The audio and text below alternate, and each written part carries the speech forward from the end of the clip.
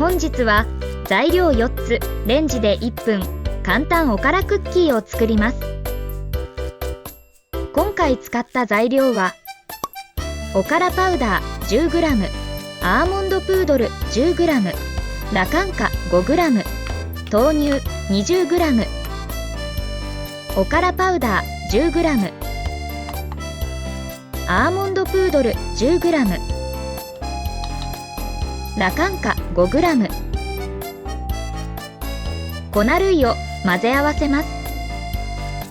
豆乳 20g、お好みのミルクを使ってください。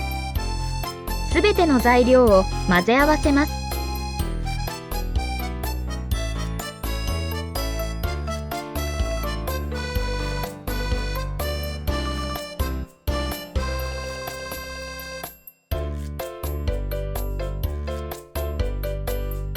これで生地の完成です。クッキングシートやラップを使って生地を整えます。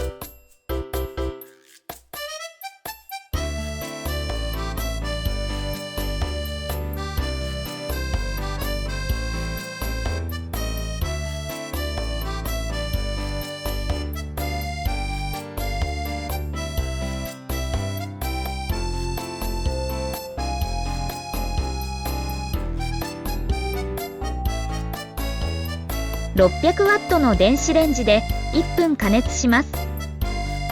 加熱している間にもう1枚形を整えます。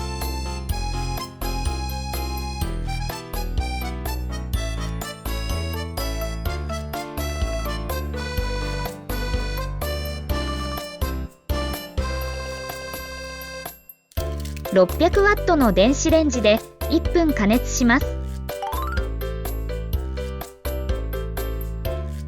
出来たてはとても柔らかいので少し冷まします。